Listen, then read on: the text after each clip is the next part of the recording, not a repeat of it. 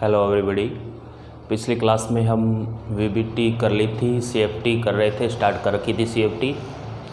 दो यौगिक या दो संरचनाओं में हमें वीबीटी सीएफटी करनी थी। एक तो अष्टफलकीय के अंदर सीएफटी करके देखनी थी और दूसरी करनी थी चतुष्फलकीय संकुल के अंदर। तो अष्टफलकीय के अंदर हमने देख लिया था पहले ही कि अष्टफलकीय जो है उसके अंदर वीबीटी जो है ईजी कक्षक ऊपर रहता है और T2G कक्षक नीचे रहता है, अर्थात ईजी की ऊर्जा ज़्यादा होती है और T2G की ऊर्जा कम होती। इसके बाद नेक्स्ट है चतुष्फलकीय संकुल में क्रिस्टल क्षेत्र विपाटन। एक नंबर अष्टफलकीय में कर लिया था, 2 नंबर है चतुष्फलकीय संकुल में चतुष्फलकीय संकुल में CFT या क्रिस्टल क्षेत्र विपाटन, सिर्फ इतना ही बोल देंगे क्रिस्टल क्षेत्र विपाटन। तो पहली बात तो ये कि क्रिस्टल क्षेत्र विपाटन बताया क्या था। क्रिस्टल क्षेत्र विपाटन ये बताया था कि जब धातु अकेली होती है तब उसकी सभी D कक्षक जो है इनकी ऊर्जा समान रहती है, अर्थात समभ्रंश कक्ष के होती है। लेकिन जैसे ही इनके समीप कोई लिगैंड आता है, इन कक्षकों जो है इनकी ऊर्जा में परिवर्तन होता है और यह 2 भागों में विभाजित हो जाती है। T2G व EG कक्षकों में विभाजित होना ही क्या कहलाता है, क्रिस्टल क्षेत्र विपाटन। अब यहाँ पर यह भी बात आई थी कि क्रिस्टल क्षेत्र विपाटन जो है किस कारण होता है। क्रिस्टल क्षेत्र विपाटन लिगैंड जो है उसके क्रिस्टल क्षेत्र के कारण उत्पन्न होता है।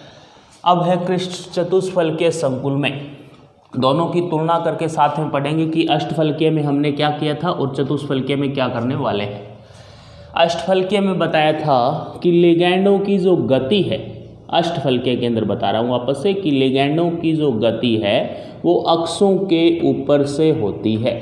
कहाँ से बताई थी, अक्षों के ऊपर से। तो अक्षों के ऊपर से गति होती है लिगैंडों की, और अक्षों के ऊपर ही व्यवस्थित कौन होते हैं, ईजी कक्षक। इसलिए लिगैंड और ईजी कक्षकों में आपस में क्या होता है, प्रतिकर्षण, जिस कारण ईजी की ऊर्जा जो है T2G कक्षक से क्या हो जाती है, अधिक। अब बात करेंगे यहाँ पर कि चतुष्फलकीय में क्या होता है। चतुष्फलकीय में लिखेंगे कि लिगैंडों की जो गति है, यहाँ पर एक ही बात आएगी, लिगैंडों की गति अक्षों के मध्य से होकर होती है। लिगैंडों की गति अक्षों के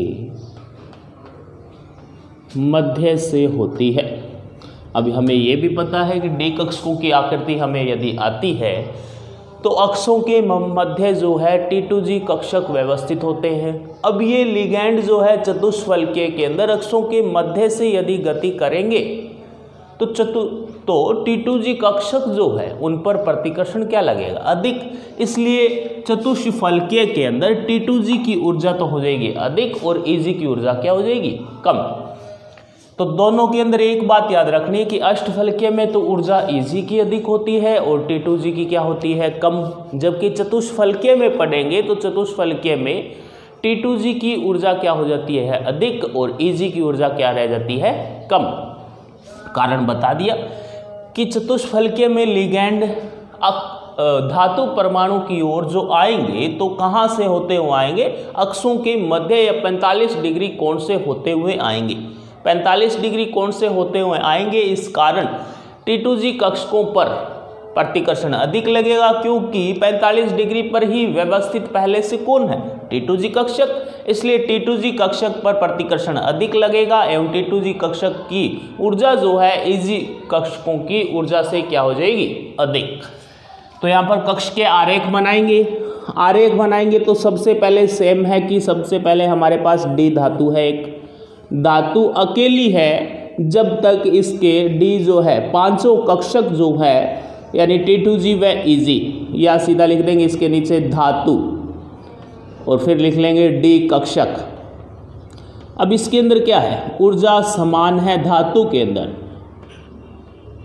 500 कक्षकों की ऊर्जा समान है, तब तक यह क्या है, समभ्रंश कक्षक। लेकिन जैसे ही धातु जो है यह विचार करेगी कि इसके नज़दीक कौन आ रहे हैं, लिगैंड आ रहे हैं, या लिगैंड जैसे ही आएंगे यह 2 भागों में विपाटित होने का प्रयास करेगी। कन्फर्म है? तो 1 2 3 4 5, लेकिन यहाँ पर ये लिखेंगे कि T2G प्लस EG इन 2 कक्षकों में विभाजित होगी ये। अब होगी कैसे, यहाँ पर लिख देंगे कि लिगैंडों की उपस्थिति में, क्योंकि जैसे ही लिगैंड धातु के नज़दीक आएंगे, लिगैंडों की उपस्थिति में जैसे ही लिगैंड जो है धातु के नज़दीक आएंगे, ये जो डी कक्षकें हैं ये 2 भागों में विभाजित हो जाएगी, एक का नाम T2G और एक का नाम EG। तो यहाँ से एक तो लेते हैं हमने लेवल पॉइंट, ये रहा, एक ऊपर यानी ऊर्जा बढ़ रही है और एक नीचे यानी ऊर्जा कम हो रही है। तो ऊपर तो इस बार T2G कक्षक लेना है, क्योंकि चतुष्फलकीय का आरेख, कक्ष के आरेख अपने बना रहे हैं। और नीचे कौन आएगा इस बार, EG, क्योंकि EG जो है उसकी ऊर्जा इस बार क्या रहेगी, कम। और इस साइड क्या बनाते हैं, ऊर्जा, यानी कि जैसे जैसे ऊपर जाते जाओगे ऊर्जा जो है वो क्या होती जाएगी, बढ़ती जाएगी। तो यहाँ पर ऊपर 3 कक्षक है और नीचे कितने कक्षक है, 2, जबकि अष्टफलकीय के अंदर सिर्फ इतना ही अंदर था कि ऊपर कक्षक कितने थे, ऊपर थे 2 और नीचे थे 3। अब 3 जो होते हैं उनका नाम होता है T2G और 2 जो है इनका नाम है EG। अब ये भी एक चीज़ बता रखी है कि इस लेवल पॉइंट से ऊपर प्लस का साइन आएगा और नीचे माइनस का साइन आएगा। 3 के साथ हमेशा 4 लगता है, जहाँ 2 कक्षक है उनके साथ हमेशा क्या लगता है, 6।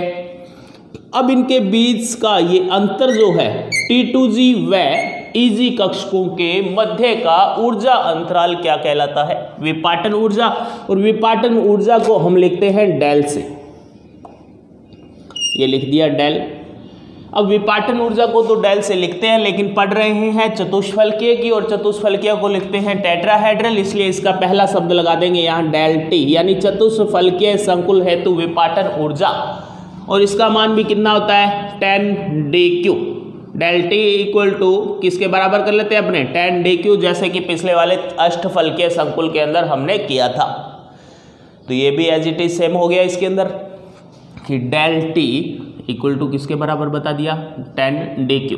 यहाँ पर एक आती है CFSE, क्रिस्टल क्षेत्र स्थायीकरण ऊर्जा जो है उसका सूत्र पूछा जाता है, CFSE।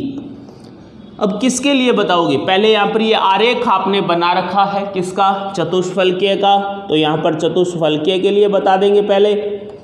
तो चतुष्फलकीय के लिए CFSE का सूत्र क्या होगा, ये यहाँ से बना लेंगे अपने, ये -6 किसके साथ है, -6 EG के साथ, तो -6 आगे लगाएंगे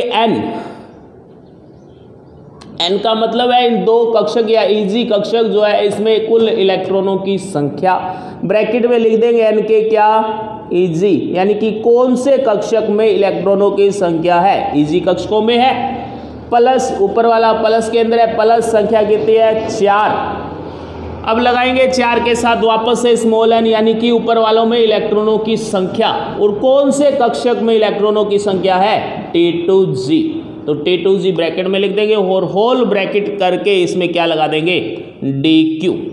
ये हुआ आपका चतुष्फलकीय संकुल हेतु क्रिस्टल क्षेत्र स्थायीकरण ऊर्जा या क्रिस्टल क्षेत्र विपाटन ऊर्जा, इसका मान आ जाएगा कुल कितना, -6n EG, यानी EG कक्षक में कुल इलेक्ट्रॉन। अब यहाँ पर ये बात याद रख लेना, n हम लिखते हैं किसके लिए, अयुग्मित इलेक्ट्रॉनों की संख्या के लिए, लेकिन यहाँ पर इस चैप्टर में एक जगह ये जो स्मॉल n लिखा गया है ये आता है इन कक्षकों में कुल इलेक्ट्रॉनों की संख्या के लिए।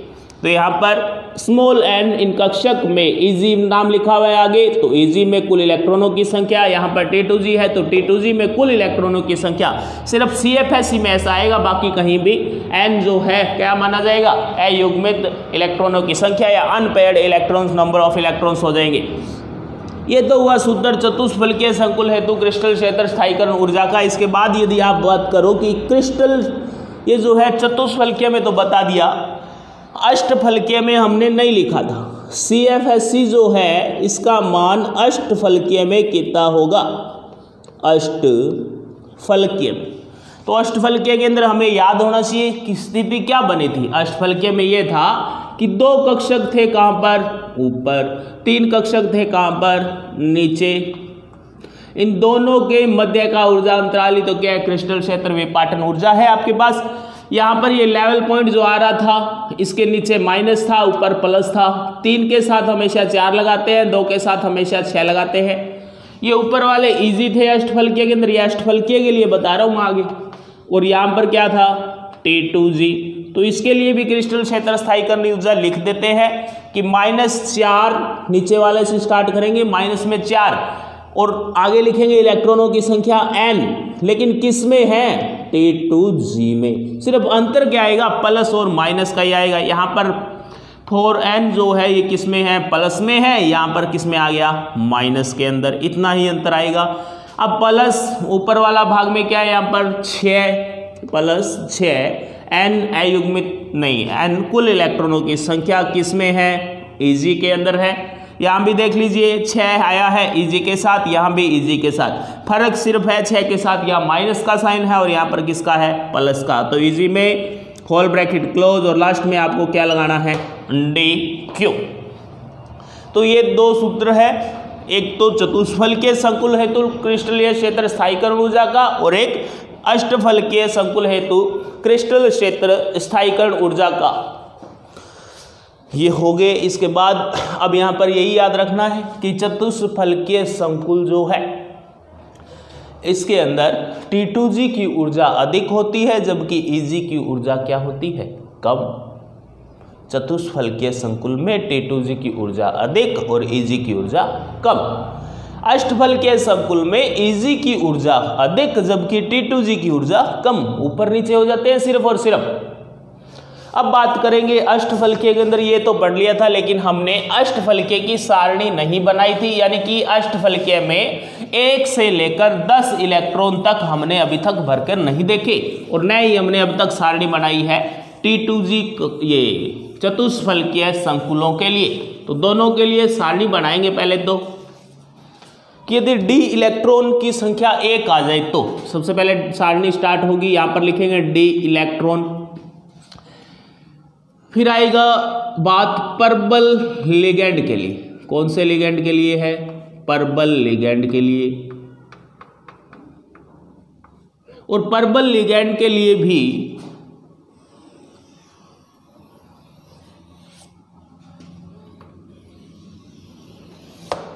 अब पहली बात तो d इलेक्ट्रॉन बता देता हूं। d इलेक्ट्रॉन या तो होगा 1 या D1 जिसे लिखेंगे, या होगा 2 D2, या होगा 3 D3, या होगा 4 D4, या होगा 5 D5, D6 D7 D8 D9 और D10। ये इतने इलेक्ट्रॉन हो सकते हैं, हमें पता है। अब ये कैसे पता है कि d इलेक्ट्रॉन कौन से होंगे, जैसे कि एक एग्जांपल के थ्रू बता देता हूं। यहाँ से FeK4 FeCN का होल 6 एग्जाम्पल संकुल यौगिक हमने एक ले रखा है। अब इसके अंदर कौन सा है d कक्षक या d में कितने इलेक्ट्रॉन है, यहाँ से देखने से कुछ पता नहीं चलेगा, लेकिन हमें सबसे पहले इसकी ऑक्सीकरण अवस्था निकालनी पड़ेगी। Fe जो है इसकी ऑक्सीकरण अवस्था निकालोगे तो +1 × 4 पोटेशियम पर आवेश +1 होता है, संख्या 4 × 4 कर दिया, प्लस Fe को मान लिया x, प्लस Cn साइनों पर आवेश -1 होता है और संख्या कितनी है 6, इक्वल टू लिख दिया किसके बराबर 0। देन x इक्वल टू यहाँ से ऑक्सीकरण अवस्था कितनी आ रही है आपके पास +2। +2 ही तो आ रही है ऑक्सीकरण अवस्था। अब +2 ऑक्सीकरण अवस्था है तो हमें ये पता चल गया कि इस यौगिक में Fe जो है Fe+2 ऑक्सीकरण अवस्था में पाया जा रहा है। अब यहाँ पर हमें Fe+2 का इलेक्ट्रॉनिक विन्यास लिखना होगा। Fe+2 का तब लिखेंगे जब हमें Fe का आता होगा। Fe का है 1s2, परमाणु क्रमांक फेरस का होता है 26, 1s2 2s2 2p6 3s2 3p6 4s2 3d6। लेकिन यहाँ पर Fe+2 मतलब 2 इलेक्ट्रॉन निकालने हैं, तो सबसे पहले 4s में से निकलेंगे और ये इलेक्ट्रॉनिक विन्यास हो जाएगा 1s2 2s2 2p6 3s2 3p6 और लास्ट में आ गया 3d कितना 6। आपको यहाँ पर देखने थे डी कक्षक में इलेक्ट्रॉन कितने हैं, D1 है या 2 है या 3 4 5 6 7 8 9 10 कितना है। तो इस यौगिक में आपने सबसे पहले ऑक्सीकरण अवस्था निकालोगे, फिर ऑक्सीकरण अवस्था के अनुसार उसमें इलेक्ट्रॉन भरोगे, फिर देखोगे कि डी कक्षक में इस Fe के कितने इलेक्ट्रॉन हैं। ऊपर वाले में नहीं देखना, आपको देखना है यहाँ पर Fe+2 जो बनाया है उसके अंदर 3d के अंदर इलेक्ट्रॉन कितने आ रहे हैं 6, यानी कि ये अवस्था इसकी है D6। तो यहां से इसका आंसर सबने देंगे। तो सबसे पहले पहचान तो ये होगी कि डी कक्षक यहां पर कौन सा होगा या डी कक्षक में इलेक्ट्रॉन कितने होंगे। तो पहली बात तो 3d कक्षक आएगा और उसमें इलेक्ट्रॉन जो है कितने बताए थे, यहां पर जो एग्जांपल बताया उसमें 6 इलेक्ट्रॉन है। अब इसके बाद आरेख, तो सबसे पहले यहां पर इसे 2 भागों में बांटेंगे अपने।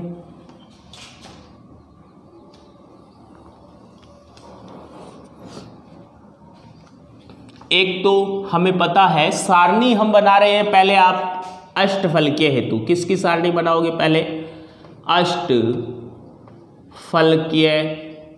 हेतु अष्टफलकीय संकुल की सारणी बनाई जा रही है। यहां पर लिखोगे अयुग्मित इलेक्ट्रॉनों की संख्या, यहां आएगा n अयुग्मित इलेक्ट्रॉन की संख्या। यहां पर इसे 2 भागों में बांट दोगे। आपको इलेक्ट्रॉनिक विन्यास लिखना है यहां पर, कैसे, एक तो इलेक्ट्रॉनिक विन्यास D1। अब हमें पता है कि अष्टफलकीय संकुल है और अष्टफलकीय संकुल में ऊपर कौन बताया था, ऊपर था Eg और नीचे कौन था T2G। तो इसलिए पहले इलेक्ट्रॉन किस में भरे जाएंगे, T2G में, फिर इलेक्ट्रॉन किस में भरे जाएंगे, Eg में। तो सबसे पहले T2G लिख लिया और T2G में D में इलेक्ट्रॉन कितने हैं, ये T2G और Eg वास्तव में है क्या, D कक्षक ही तो है और D में इलेक्ट्रॉन कितने हैं, 1। तो सबसे पहले किस में आएगा, T2G में, नीचे वाले में भरोगे। उसके बाद आप किस में इलेक्ट्रॉन भर सकते हो, Eg के अंदर। जब आपने भर चुके हो किसे, T2G कक्षक को, तब आप इलेक्ट्रॉन भर सकते हो Eg कक्षक में। तो यहां पर D के अंदर इलेक्ट्रॉन एक ही है, एक है तो T2G में भर दिया। यहां पर D में 2 है तो दूसरा इलेक्ट्रॉन भी हुंड व पाउली नियमानुसार किस में भरा जाता है, पहला इलेक्ट्रॉन यहां आएगा, 1 इलेक्ट्रॉन तब तक है। अब बात कर रहे हैं D2 की, D2 है तो 2 इलेक्ट्रॉन भरेंगे, तो पहले के बाद दूसरा आएगा इसमें यहां पर। तो D2 में T2G के अंदर ही इलेक्ट्रॉन दूसरा भर दिया, Eg अब भी क्या है आपका, खाली। Eg में कितने हैं इलेक्ट्रॉन, 0। अब आई बात D3 पर, तो D3 में तीसरा इलेक्ट्रॉन कहां भरोगे आप, यहां पर। तो यहां भरोगे तो कौन सा कक्षक है ये आपका, T2G, और ये ऊपर वाला बता रखा है कौन सा है, Eg। तो T2G के अंदर इलेक्ट्रॉन आ गया तीसरा, T2G में तीसरा इलेक्ट्रॉन, और Eg में इलेक्ट्रॉन कितने हैं अब तक, 0। अब बात आती है प्रबल और दुर्बल पर, क्योंकि आपको पता है D4 का मतलब इलेक्ट्रॉन कितने हैं, 4। तो पहला, दूसरा, तीसरा, 3 तो भर दिए। अब चौथा इलेक्ट्रॉन इसमें भरेंगे या वापस इसमें युग्मन करवाएंगे। अब हमें पता है कि Eg की ऊर्जा अधिक है और T2G की ऊर्जा कम है। तो जिन कक्षकों की ऊर्जा समान होती है उनमें तो पहले इलेक्ट्रॉन पूर्णतया भरे जाते हैं, उसके बाद ऊपर वालों में आते हैं। लेकिन यहां पर एक और नियम है कि यदि प्रबल लिगेंड है तो इलेक्ट्रॉन यहां पर युग्मन होंगे। यदि दुर्बल लिगेंड है तो पहले इलेक्ट्रॉन कहां जाएंगे, Eg के अंदर। तो यहां पर प्रबल लिगेंड है जो आगे वाले 4 नंबर इलेक्ट्रॉन को यहां पर युग्मित करवा देता है। ये हो गया युग्मित। तो यानी कि T2G के अंदर इलेक्ट्रॉन कितने आ गए हैं, प्रबल के अंदर 4, और Eg में अभी तक कितने हैं, 0। 5वां इलेक्ट्रॉन कहां आएगा, वापस से इसके अंदर युग्मित होगा। तो T2G में इलेक्ट्रॉन हो गए 5 और Eg में इलेक्ट्रॉन हो गए 0। 6ठा इलेक्ट्रॉन भी इसी अंदर आएगा, T2G के तीसरे कक्षक में युग्मित हो गए अब इलेक्ट्रॉन सारे के सारे। तो 6ठा यहां है, तो T2G के अंदर 6 हो गए, Eg के अंदर 0। अब हमें यह भी पता है कि प्रत्येक एक कक्षक में अधिकतम 2 इलेक्ट्रॉन भरे जा सकते हैं। तो ये 3 कक्षक है, तीनों में 6 इलेक्ट्रॉन भर दिए, इससे ज्यादा इलेक्ट्रॉन इनमें आएंगे नहीं, चाहे अब प्रबल हो चाहे दुर्बल हो। तो यहां से अब इलेक्ट्रॉन कहां जाएंगे? 7वां इलेक्ट्रॉन जैसे ही आएगा, इनमें जगह है नहीं तो ऊपर इजी में अपने आप चला जाएगा। जैसे ये D7 आएगा, T2G तो पूर्णतः 6 इलेक्ट्रॉन ले चुका, 7वां इलेक्ट्रॉन ये यहाँ आएगा इजी के अंदर। तो यहाँ लिखेंगे T2G 6, T2G में कोई परिवर्तन नहीं होगा 6 के बाद। अब इजी कितना है? 1, इजी में हो गया 1 इलेक्ट्रॉन। नेक्स्ट इसके बाद आएगा D8, तो D8 में T2G में इलेक्ट्रॉन तो 6 के 6 ही हैं, इजी में कितने हो जाएंगे इलेक्ट्रॉन? 2, 8वां इलेक्ट्रॉन ये आ गया, तो इजी में भर दिए 2। D9 के लिए लिखेंगे तो T2G जो है इसमें इलेक्ट्रॉन 6 ही हैं, जबकि इजी में इलेक्ट्रॉन कितने आ गए? 3, ये तीसरा इलेक्ट्रॉन आ गया इसके अंदर। 6, 7, 8, 9 और लास्ट में 10वें में बात करेंगे तो T2G जो है इसमें तो 6 ही हैं और इजी में कितने आ गए? पूरे के पूरे 4 इलेक्ट्रॉन। ये तो आपने एक इलेक्ट्रॉनिक विन्यास लिखा है विपाटित डी कक्षक के अंदर। अब यहाँ पर कक्षक के अंदर इलेक्ट्रॉन भरकर देखेंगे पहले, उसके बाद इनके अयुग्मित इलेक्ट्रॉनों की संख्या लिखेंगे। ये n का मतलब यहाँ पर क्या है? अयुग्मित, लेकिन ऊपर लिख रखा है प्रबल लिगेंड। प्रबल लिगेंड है तो ये कंडीशन उत्पन्न होगी, यदि दुर्बल लिगेंड है तो ये घटना ऐसी संभव नहीं होगी, कुछ परिक्रम इसमें बदल जाएगा। पहले इसमें इलेक्ट्रॉन भरकर देखते हैं। तो T2G पहले लिखा है, मतलब T2G में इलेक्ट्रॉन पहले भरने हैं, तो T2G बना लिया पहले, यानी कि 3 कक्षक एक साथ बना लिए।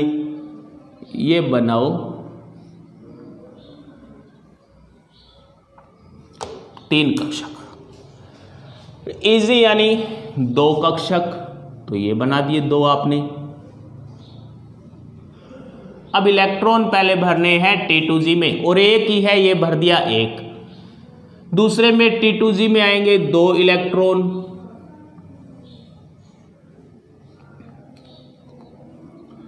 1, 2। पहले ये सभी को पता है कि 1 इलेक्ट्रॉन समरस कक्षक में प्रत्येक में 1-1 इलेक्ट्रॉन भरने के बाद युग्मन होता है, पहले कभी नहीं होता। अब इजी के अंदर कितने हैं? 0 है पहले से ही, तो आपस से खाली है। D3 की बात करें तो D3 के अंदर इलेक्ट्रॉन 3 आ गए, 1, 2, 3 है T2G 3। अब इजी अभी तक क्या है आपकी? खाली, ये बना दी खाली। D4 की बात करें तो D4 में इलेक्ट्रॉन जो है कितने भर दिए गए? 4, 1, 2, 3 और ये रहा 4। T2G में तो है 4, इजी में कितने हैं? 0। तो यहाँ पर इजी जो है इसमें अभी तक इलेक्ट्रॉन कितने बताए रखे हमने? 0। T2G में वापस से कितने आ रहे हैं? 5। तो यहाँ पर कक्षक T2G की बनाई है और इलेक्ट्रॉन कितने भर देंगे? 5, 1, 2, 3, 4, 5। इजी अब भी क्या है? खाली, ये रे इजी खाली। अब है D6। D6 के लिए बनाओगे तो इसमें 1, 2, 3, 4, 5 और 6। T2G में तो 6 हो गए, लेकिन इजी जो है ये अभी तक क्या है आपका? खाली।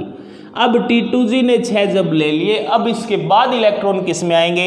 इजी में।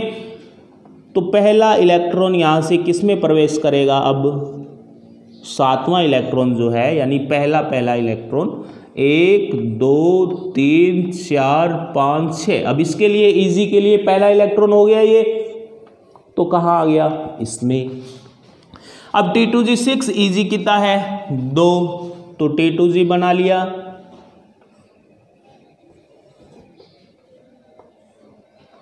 T2G में तो 6 इलेक्ट्रॉन है, ये भर दो फटाफट। इजी में कितने हो गए यहाँ पर? 2, 1, 2।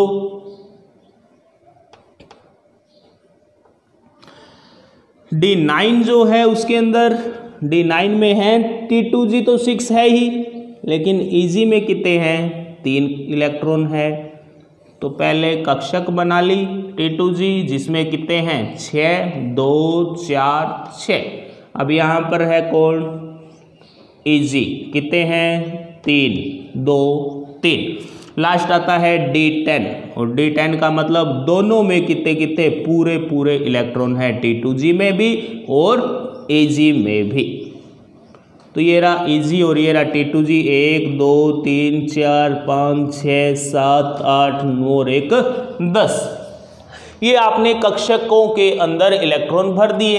पहला है T2G और दूसरा वाला कक्षक दो बनाए गए जो है वो क्या है Eg। अब n का मतलब है अयुग्मित इलेक्ट्रॉनों की संख्या।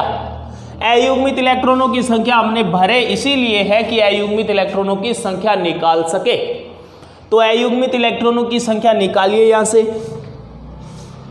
डायरेक्ट है, इसमें एक दिखाई दे रहा है। अयुग्मित इलेक्ट्रॉन की संख्या या अनपेयर्ड इलेक्ट्रॉन्स जो है उनकी संख्या या नंबर ऑफ अनपेयर्ड इलेक्ट्रॉन्स जो है, एक कक्षक में यदि एक इलेक्ट्रॉन दिखाई देता है तो वो कैसा है अयुग्मित। यदि एक में कहीं जैसे ये दिखाई दे रहा 2 तो ये अयुग्मित नहीं, ये कैसा हो गया युग्मित। अब सिर्फ आपको गिनना है किसे अयुग्मित को, तो इसमें एक है तो यहाँ लिख दिया एक, इसमें एक और एक 2 तो 2 गए 3 है, 1 2 3 तो 3 लिख दिए। अब यहाँ कितने हैं, ये तो युग्मित हो गए, अब इन्हें नहीं गिना जाएगा, 1 और 1 2 तो अब इसमें आएंगे 2, इसमें बचा है 1, इसमें हो गए 0। अब वापस से इसमें बढ़ेंगे 1 2, अब वापस से 1 हो गया और वापस कितने हो गए कुल मिला के अयुग्मित इलेक्ट्रॉनों की संख्या 0।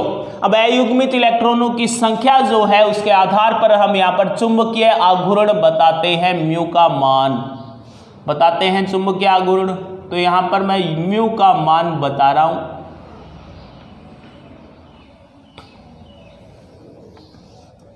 अब म्यू का जो मान, यदि एक अयुग्मित इलेक्ट्रॉन है तो हमें सूत्र तो पहले से पता है कि √n+2 तो है इस चुंबकीय आघूर्ण ज्ञात करने का सूत्र। अब इसके बाद एक अयुग्मित इलेक्ट्रॉन है तो चुंबकीय आघूर्ण आएगा 1.73 बोर मैग्नेटॉन। Bm इनकी इकाई है जो हमें लगानी है बार बार।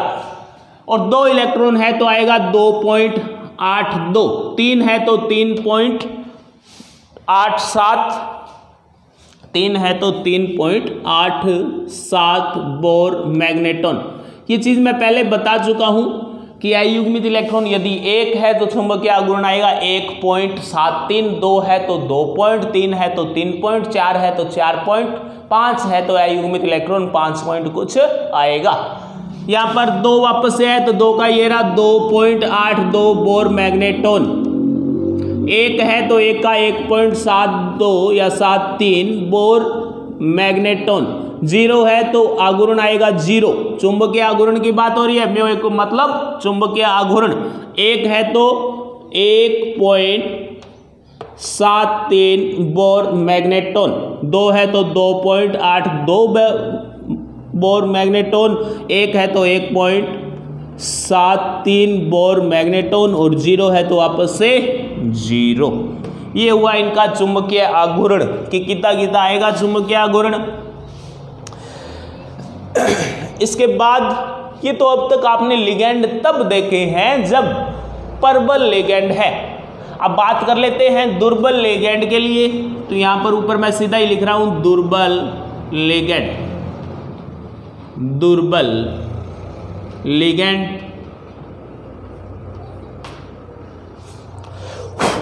अब दुर्बल लिगेंड में D1 तो एक इलेक्ट्रॉन पहले T2G में जाएगा, D2 तो दूसरा T2G में, तीसरा T2G में। लेकिन चौथे इलेक्ट्रॉन की बात करोगे तो कहां जाएगा, अभी बताया था प्रबल लिगेंड है तो वह चौथे इलेक्ट्रॉन को T2G में ही युग्मित करवा देगा। यहां पर यह कंडीशन बनाई थी अभी आपने। T2G के ऊपर 2 कक्षक थे और Eg के कक्षक बनाए थे हमने 3। तो पहला इलेक्ट्रॉन इसमें है चाहे प्रबल है चाहे दुर्बल, दूसरा इसमें चाहे प्रबल दुर्बल, तीसरा भी इसमें चाहे प्रबल हो चाहे दुर्बल हो। लेकिन अब बात करने हैं दुर्बल की। दुर्बल है तो चौथे इलेक्ट्रॉन को वो यहां पर युग्मित नहीं करवा पाएगा, जबकि कहां चले जाएगा इसमें। 5वां इलेक्ट्रॉन इसमें, छठा आएगा तो यहां आएगा 7वां 8वां 9वां और फिर 10वां, ऐसे भरे जाएंगे। अब ऐसे भरे जाएंगे तो यहां पर भरकर देख लेते हैं पहले। D1 वापस से सेम वही चलेगा। D1 के लिए पहले भरे जाएंगे T2G में, तो T2G में इलेक्ट्रॉन 1, Eg में 0। D2 के लिए T2G में इलेक्ट्रॉन 2, Eg में 0। D3 के लिए T2G में इलेक्ट्रॉन 3, Eg में इलेक्ट्रॉन 0। अब बात आती है D4 के लिए, तो D4 में T2G में इलेक्ट्रॉन हो गए अब 4 या 3, 4 तो होंगे पर्पल में। अब T2G के अंदर 3, जबकि चौथा इलेक्ट्रॉन दुर्बल के लिए किस में जाएगा, Eg में। तो Eg में कितने इलेक्ट्रॉन हो गए, 1। अब T2G में 3 ही रहेंगे, Eg में भर दिए 2। नेक्स्ट जो है उसमें आएंगे T2G जो है इसमें इलेक्ट्रॉन हो गए 4, क्योंकि Eg भी एक बार भरा गया है, युग्मित तो भर दिए। अब बात T2G में 4 और Eg में हो गए कितने, 2। अब नेक्स्ट है T2G में 5, Eg में कितने रह गए, 2। इसमें आएंगे T2G में हो गए कितने, पूरे 6 इलेक्ट्रॉन जितने भरे जा सकते हैं, और Eg में अब तक कितने हैं, 2 इलेक्ट्रॉन। इसमें T2G में 6 है, Eg में कितने हो गए, 3। और यहाँ पर T2G में भी 6 है और Eg में भी कितने हैं, 4। दोनों में पूरे भरे गए। ये है आपका इलेक्ट्रॉनिक विन्यास दुर्बल हेतु। अब यहां पर इनमें इलेक्ट्रॉन भर के देखेंगे कि कैसे भरे जाएंगे। पहले बनाओ T2G, ये बना लिया T2G। आगे बनाएंगे कौन सा, Eg, ये रहा Eg। एक इलेक्ट्रॉन भरना है, भर दिया। साथ साथ अयुग्मित इलेक्ट्रॉनों की संख्या लिखेंगे। यहां पर अयुग्मित इलेक्ट्रॉनों की संख्या है, तो 1 है, तो एक अयुग्मित इलेक्ट्रॉन की संख्या 1। यहां पर लिख लो चुंबकीय आघूर्ण म्यू, तो 1 के लिए चुंबकीय आघूर्ण 1.73 बोर मैग्नेटॉन आ जाएगा। T2G में 2 इलेक्ट्रॉन, ऊपर जो लिखी गई संख्या है पता होना चाहिए सभी को, क्या है, इलेक्ट्रॉनों की संख्या। फिर नीचे वापस से T2G में 1, 2, Eg में अब कितने हैं, 0 है अभी तक, तो अयुग्मित इलेक्ट्रॉनों की संख्या 2 के लिए 2.82 बोर मैग्नेटॉन, 2 के लिए 2.82 ही तो है। अब बात आई है 3 के लिए, तो T2G में भर दिए 1, 2, 3, और यहां पर कितने हो गए, Eg में 0, Eg में तो 0 ही है अभी तक।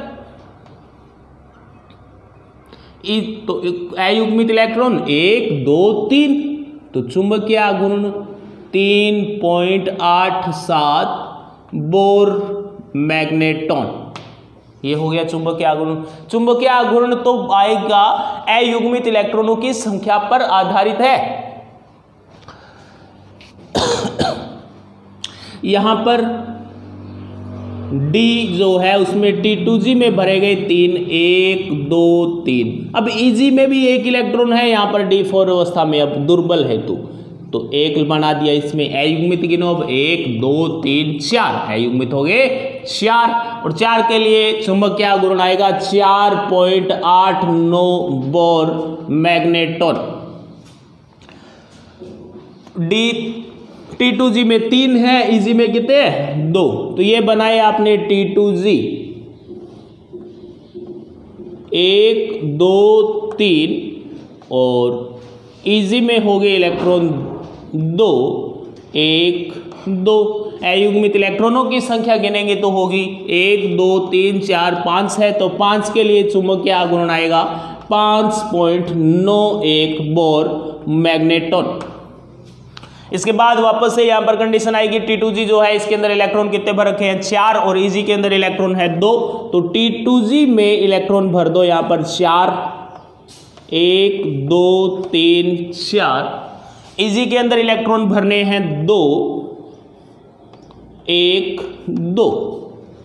अयुग्मित इलेक्ट्रॉन गिनेंगे तो 1, 2, 3, 4, ये तो है 2 इलेक्ट्रॉन एक के अंदर यानी युग्मित, ये गिनने नहीं है, तो 1, 2, 3, 4 अयुग्मित है और 4 अयुग्मित है, तो चुंबकीय आघूर्ण होगा 4.89 बोर मैग्नेटॉन। नेक्स्ट है T2G के अंदर 5, तो T2G के अंदर भर दो 5, 1 2 3 4 5 और Eg में भरने हैं आपको कितने वापस 2, 1 2। अब अयुग्मित इलेक्ट्रॉन गिनेंगे तो 1 2 और ये एक बचा हुआ 3, तो अयुग्मित इलेक्ट्रॉन संख्या 3 के लिए चुंबकीय आघूर्ण है 3.87 बोर मैग्नेटॉन। इसके बाद T2G6 है, यानी T2G जो बनाओगे इसमें 6 इलेक्ट्रॉन भर दो, तो इसमें कोई भी अयुग्मित इलेक्ट्रॉन T2G के अंदर नहीं रहेगा। Eg में जरूर है 1 2 3 4 5 6 और Eg के अंदर यहाँ पर कितने भरे हैं 2 इलेक्ट्रॉन, तो अयुग्मित हो गए 2 1 2। चुंबकीय आघूर्ण होगा 2.82 बोर मैग्नेटॉन। लास्ट 9 नंबर है, T2G के अंदर 6 इलेक्ट्रॉन है और Eg के अंदर कितने हैं 3 इलेक्ट्रॉन, तो T2G के अंदर भरेंगे 6,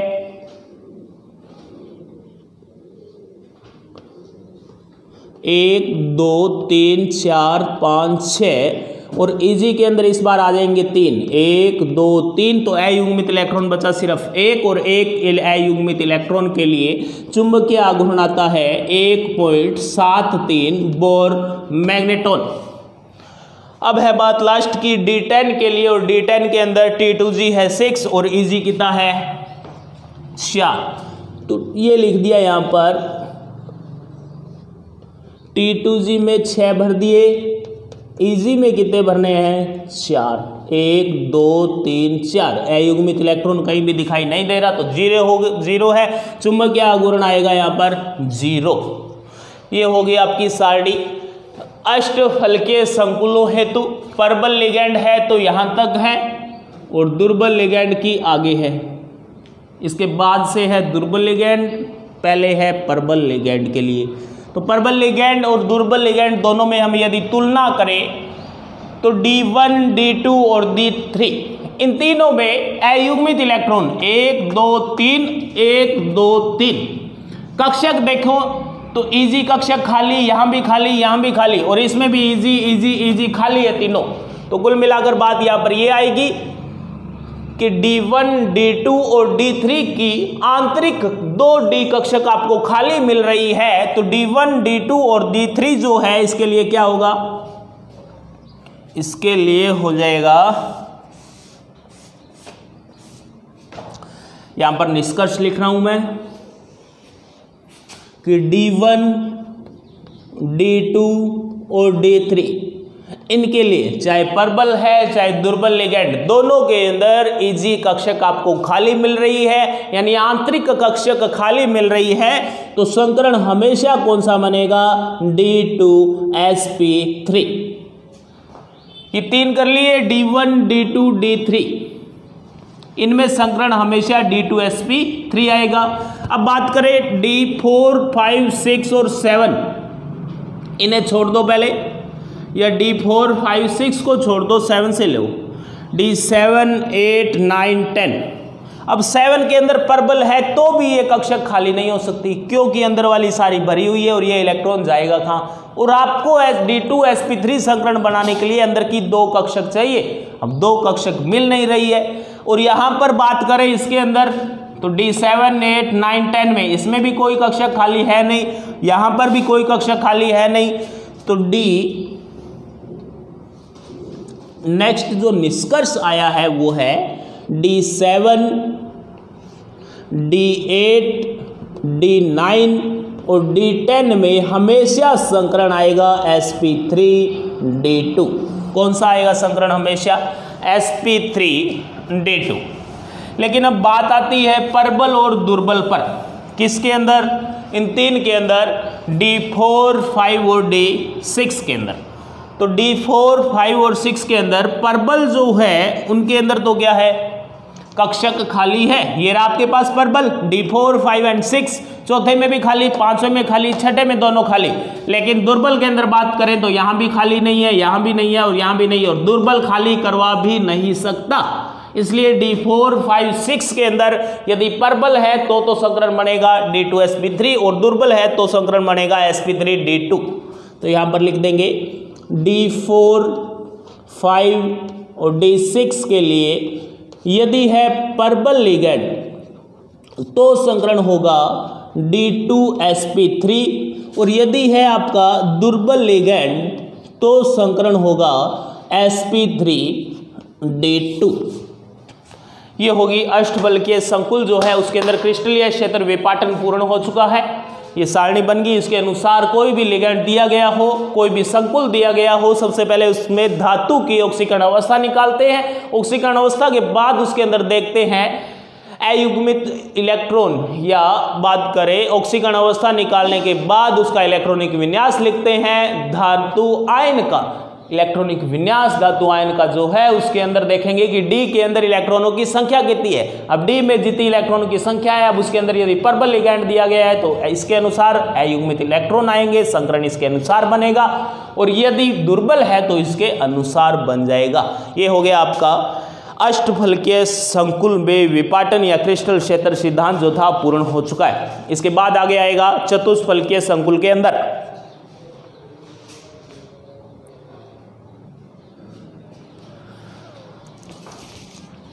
ये है अष्टफलकीय। नेक्स्ट सारणी बना लेते हैं चतुष्फलकीय हेतु।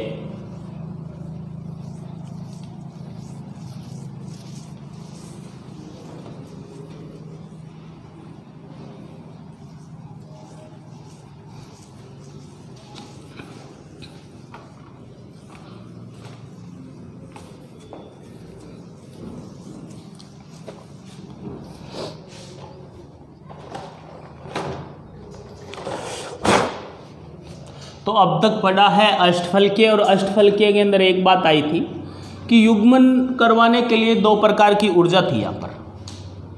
एक तो थी आपके पास P युग्मन ऊर्जा, युग्मन ऊर्जा, और एक आपके पास आया था डेल यानी कि विपाटन ऊर्जा, विपाटन ऊर्जा। अब इन दो प्रकार की ऊर्जाओं पर आधारित आपने दो केस किए थे। केस फर्स्ट आपने किया था प्रबल लिगैंड हेतु। अष्टफलकीय के बारे में बता रहा हूं। प्रबल लिगैंड हेतु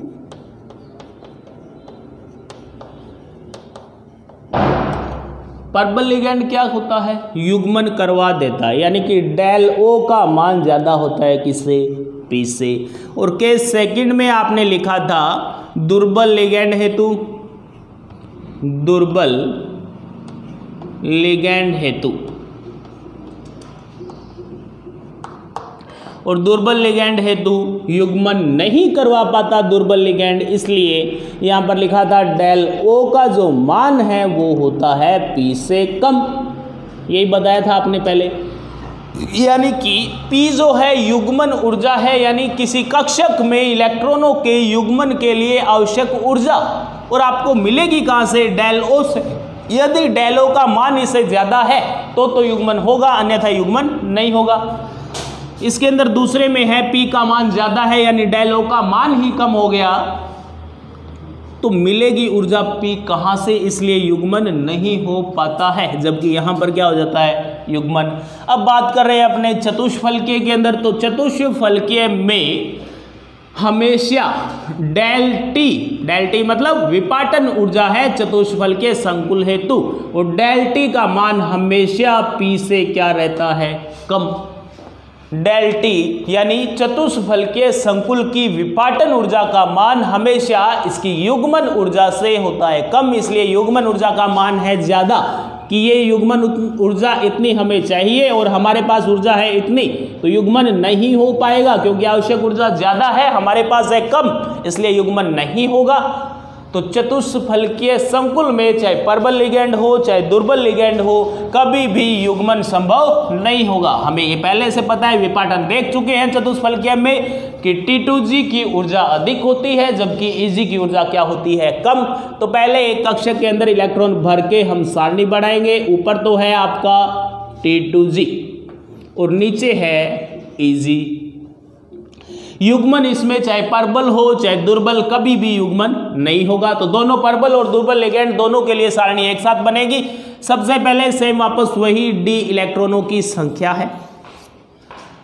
सबसे पहले है d इलेक्ट्रॉन, या तो डी में इलेक्ट्रॉन 1 2 3 4 5 6 7 8 9 और कितने हो सकते हैं 10। तो डी 10 तक की बात होगी वापस से।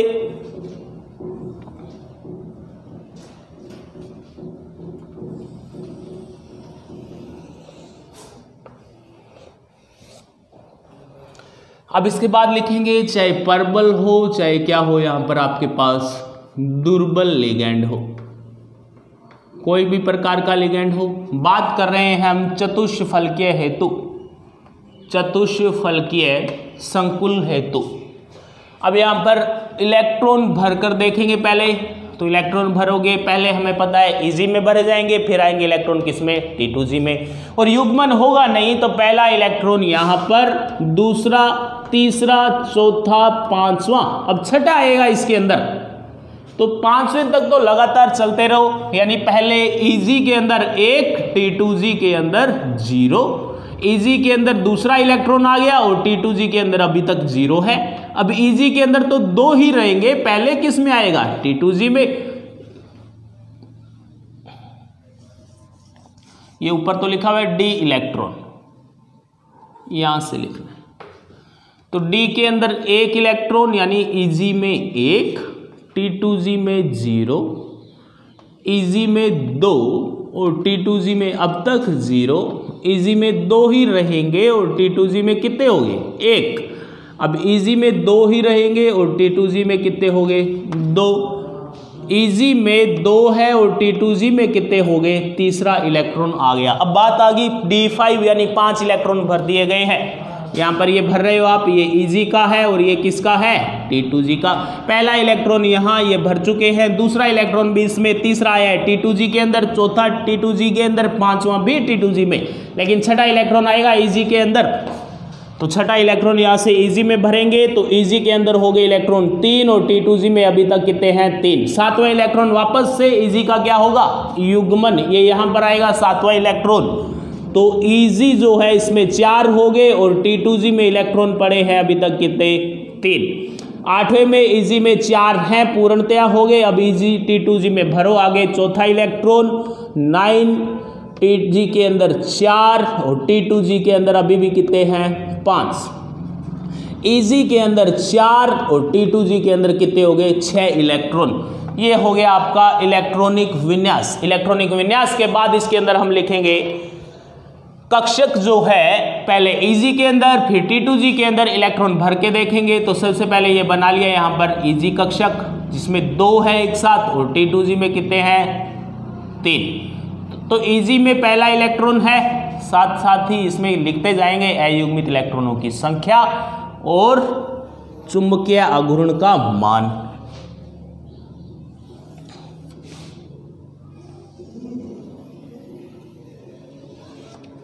तो यहां पर है n अयुग्मित इलेक्ट्रॉनों की संख्या,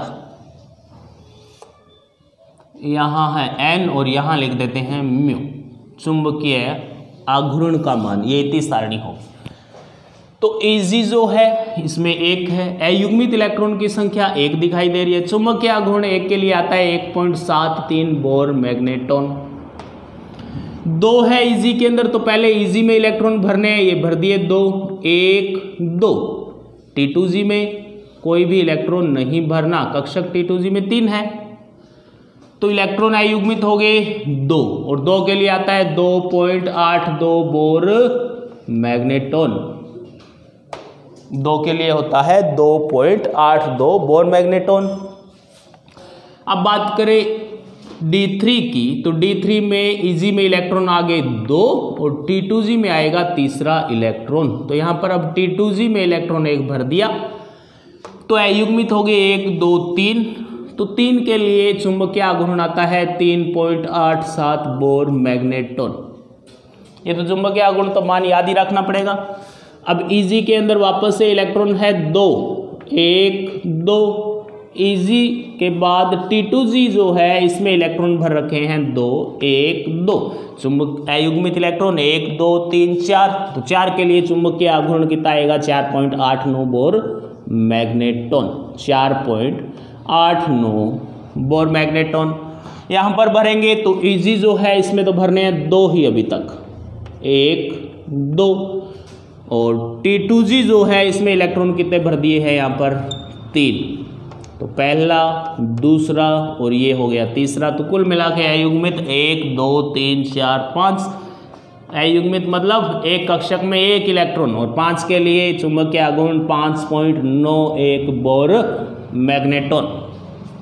D6 की बात करें तो D6 में Eg में इलेक्ट्रॉन आगे 3, 1 2 और तीसरा ऐसे उल्टा लिखा जाएगा, लेकिन T2G के अंदर कितने हैं अभी भी 3, 1 2 3। अब अयुग्मित इलेक्ट्रॉनों की संख्या 1 2 3 4, क्योंकि ये तो युग्मित हो गया, ये नहीं गिना जाएगा, 4 है और 4 के लिए 4.89 बोर मैग्नेटॉन।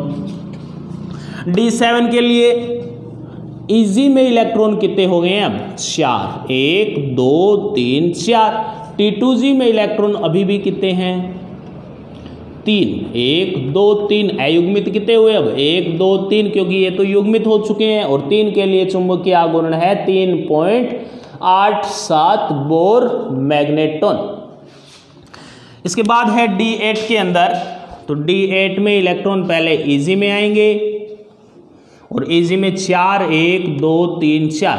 T2G में इलेक्ट्रॉन कितने हैं 4 1 2 3 चौथा ये। अब अयुग्मित इलेक्ट्रॉन की संख्या 1 और 1 2, तो चुंबकीय आघूर्ण है 2.82 बोर मैग्नेटॉन। इसके बाद है D9, और D9 में Eg जो है इसके अंदर इलेक्ट्रॉन भरने हैं 4 1 2 3 4, और T2G में इलेक्ट्रॉन भरने हैं 5। T2G में 1 2 3 4 5 अयुग्मित इलेक्ट्रॉन देखोगे तो अयुग्मित इलेक्ट्रॉनों की संख्या सिर्फ 1 है, और 1 के लिए चुंबकीय आघूर्ण आता है 1.73 बोर मैग्नेटॉन। इसके बाद लास्ट बचा है D10, और D10 के अंदर Eg के अंदर इलेक्ट्रॉन 4, Eg में कक्षक है 2, और इलेक्ट्रॉन भरने हैं 4 1 2 3 4। T2G में इलेक्ट्रॉन है 6, 1 2 3 4 5 6। अयुग्मित इलेक्ट्रॉन 0, तो चुंबकीय आघूर्ण भी कितना आ जाएगा 0। अब बात करेंगे संकरण की, तो इसमें कौन कौन सा संकरण आएगा, चाहे प्रबल हो चाहे दुर्बल हो।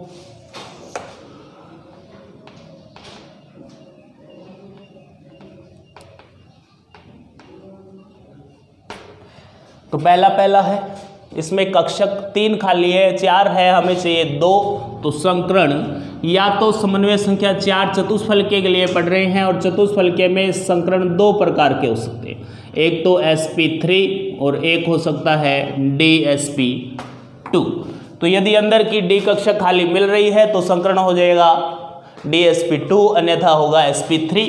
अब संकरण यहाँ पर अंदर की कक्षक 4 खाली है तो संकरण dsp2, इसमें 3 है तो संकरण dsp2, 2 है तो dsp2, यहाँ पर 1 है और हमें एक ही D चाहिए तो संकरण dsp2, और इसके बाद कहीं भी कोई भी खाली कक्षक है नहीं, इसलिए संकरण आएगा सभी के अंदर sp3।